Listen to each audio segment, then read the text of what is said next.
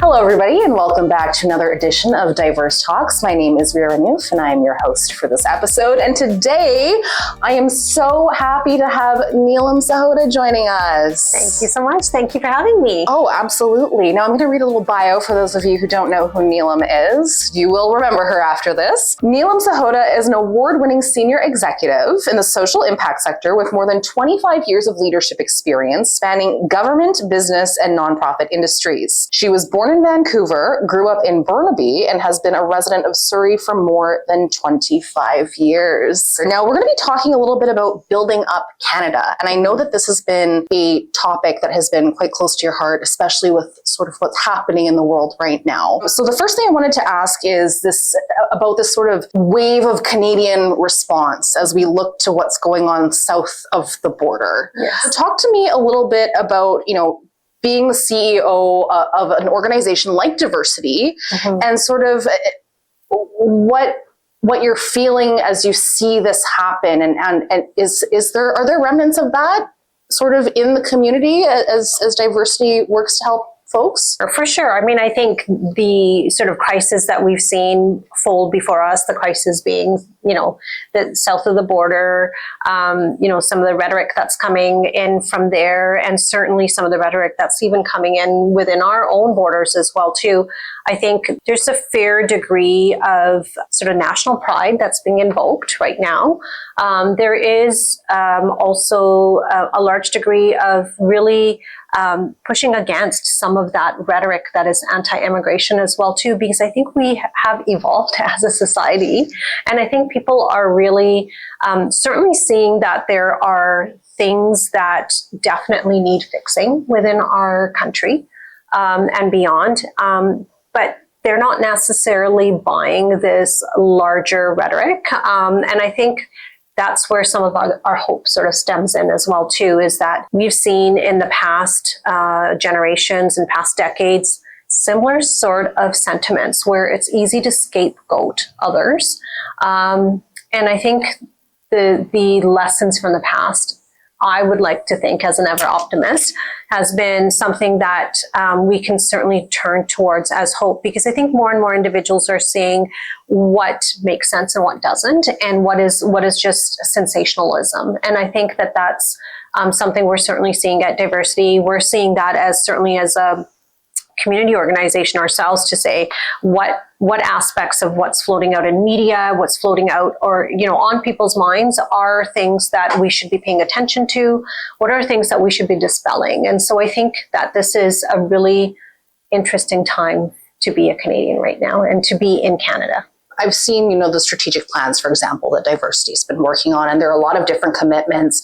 One of the interesting things I've seen are sort of the intersections around, let's say, reconciliation, sustainability, things like that. So as you're thinking about this sort of issue or the situation that's sort of unfolding, like where does DIVERSEcity's work fit into that? And for instance, the reconciliation aspect. Right. We really took into account how we want to be part of nation building in Canada, how we want to be moving forward. And reconciliation is such a huge component, if not the cornerstone of nation building, and our commitment as an organization, especially when we're really committed to starting off individuals' journeys into Canada in a good way, in an authentic way, really sharing with them the history of Canada and some of the realities of Canada in terms of racism that we have and continue to have in Canada, and not shy people away from those stories, but to really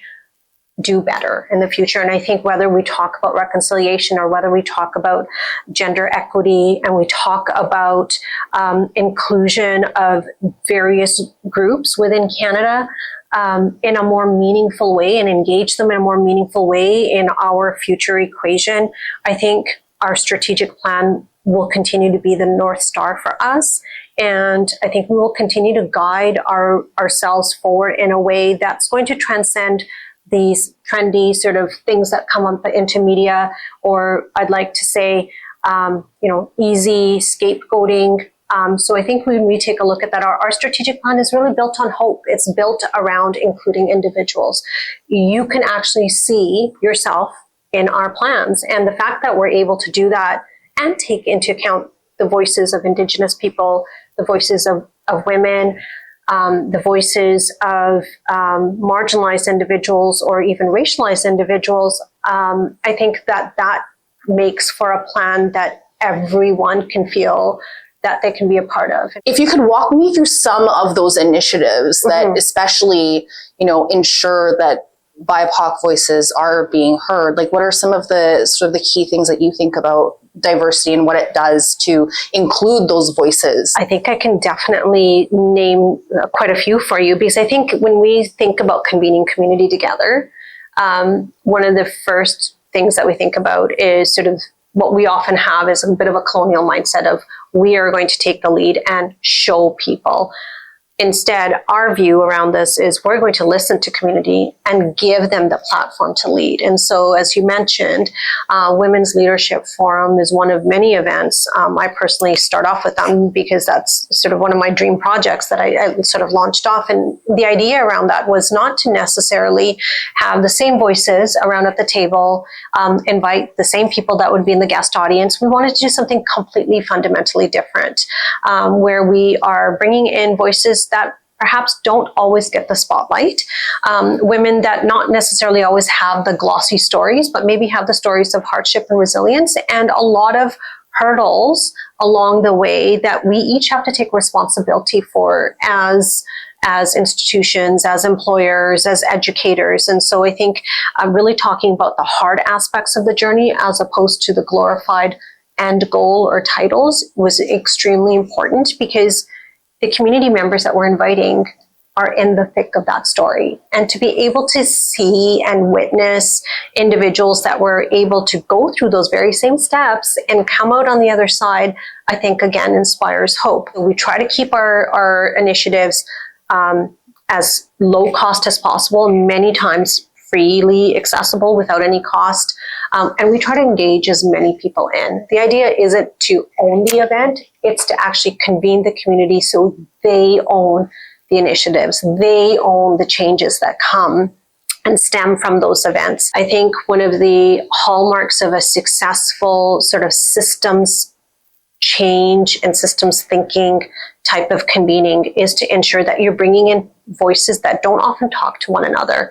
So we tend to be great at creating echo chambers because it makes for a great applause. It makes for, a real feel-good story. But I think the real work happens is when you've actually changed an opinion or actually dispelled a myth or somehow created that respectful discourse to sometimes agree to disagree, but respect individuals and their opinions and where they're at in a really, and I think a really thoughtful way. We have 2 amazing initiatives this year that we're super proud of to launch. And one is around a youth eco-alliance, which is a pan-provincial model where we're going to be actually providing youth the ability, financial ability to be able to lead economic justice type of initiatives across many communities in BC. We're proud to lead that. And then we're also proud to be able to lead our Builds program, which is really around building grassroots organizations, their capacity to grow and thrive as organizations. And those will be those grassroots organizations that are led by racialized Black and Indigenous leaders. And that totally comes full circle to building a better Canada because, you touched on it a couple of times there where you said, it's an opportunity to challenge one another, but to learn from one another. And that's absolutely. And it sounds cheesy, diversity is our strength, but that's literally what's going on. And that's part of how we build absolutely a better Canada. Absolutely. Yeah. We're actually walking the walk and we're talking the talk. 100%. I love it. Now I know that quite a few of the folks that are served by Diversity, perhaps they're newcomers to Canada. You've mentioned, obviously, immigration is one of those tough, challenging topics right now that we've been discussing. And what would you say to somebody who may want to talk about immigration, but is also scared of stepping into that space where it might become, a scapegoat situation or a hot button issue? Or how do we navigate that while having respectful discourse? Yeah, I mean, I think certainly it's a really great question. I think a lot of people then sometimes just avoid having the conversations, or worse yet, express their opinions behind closed doors or online. And I think that's where you'll see a lot of some of the online hate and sentiments sort of run away. It's people have not been fully informed, and they have unanswered questions and sometimes misguided judgment, and you run away with this. I would say really in response to that is, first off, take the scary out of the situation. We've been in this point in time before in history. We've had this happen, whether it's the Chinese head tax, whether we've had the Kamagata Maru blaming Italian communities for taking away construction jobs, blaming other communities. That has all happened in the past. We're just coming through another cycle and wave of this, which is scapegoating immigrants when there's actually problems that have been Canadian created, whether that is, our housing crisis, whether it's our healthcare crisis, whether it's our economy not functioning optimally. Those are things that are not caused by immigrants. They're the reason, they're one of the vital equation to actually fix those issues. But when things are not working well, it's human nature to be able to find what could be the source of that issue. And so when we talk about bringing people together and dispelling some of the accusations, I think it's really sitting down authentically and having the conversations to say, what are our issues? And logically think about what can be done to address that. When you do that type of deductive reasoning with individuals, you will quickly understand that that narrative can really shift to say, well, if we have policies that include and allow individuals to fully realize that potential, we actually collectively all win. We don't lose. We all collectively win out of this. You win out of this, I win out of this, our children win out of this. Where do we go from here? Like you said, this is a cycle, but we have to make our way through the circle. And so even though it can feel, when you speak about this, you seem hopeful. Where do we go from here? How do we hold on to that hope to make it through such a cycle? Well, I think right now, we really have to focus in on advocacy, and we need to really focus in on countering this narrative equally as strongly. But I think we also need to show the data. And I think that as community organizations, we are well equipped to not just share compelling stories, but actually to share data and evidence. And when you have data and evidence that shows that individuals are able to contribute to the country as opposed to draining the country, which is what you hear a lot more of, that individuals across different sectors that are needing workforce, labor market assistance are able to see a path forward with citizens of our country, or even not citizens of our country, but already in Canada. I think quickly you are able to then demonstrate need. And just as quickly as the tides turned against immigration, they dip back out again. Again, I think it's just sort of it's a balance, really. The balance got tipped one way. The conditions were ripe enough for that to happen. And I think what we do is we move forward in a way that is a partnership to government, but also recognizing we also have our own role to play as a sector as well too. So never have I ever seen the nonprofit sector coalesce so strongly until this moment. And that is the reason for our hope, is that we are not divided. We are very much unified. And that goes for not just the immigrant serving organization, just generally in large, people who are committed to community building, who are committed to nation building, are unified in a way that we have never been before.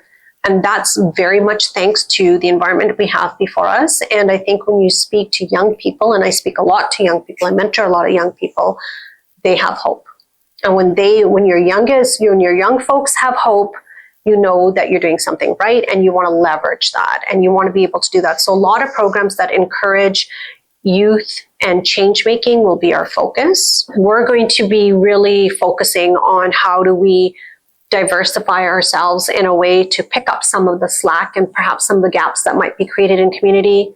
we'll be looking in tangible ways on how we partner with others in a more meaningful way. And so a lot of our programs will focus on partnering with Indigenous organizations, and we have a wonderful housing initiative with an Indigenous organization that's also being launched this year. And we'll be looking at in ways even internally for ourselves to how do we do things differently? How do we effect change? I guess my last question to you is, if there was one key takeaway you'd like to leave with our audience about, building a better Canada, what would that be? I think it's around really looking back and really digging down to be, what kind of future do you want to leave for your children? And what type of legacy do you want to leave behind? And this is not just around, what are your political views, or, where you are on the economic scale, whether you're a low income family or higher income family, or, what your job prospects are. But just at a basic humanity level, how would you want to be remembered? And what role did you play when your country needed you the most? Powerful words. See, I told you you wouldn't forget her by the end of this. Neelam, thank you so much for your time and your insights. Thank you. Thank you so much for having me. Always a pleasure. And thank you so much for joining us for this edition of Diverse Talks, and we'll see you in the next one.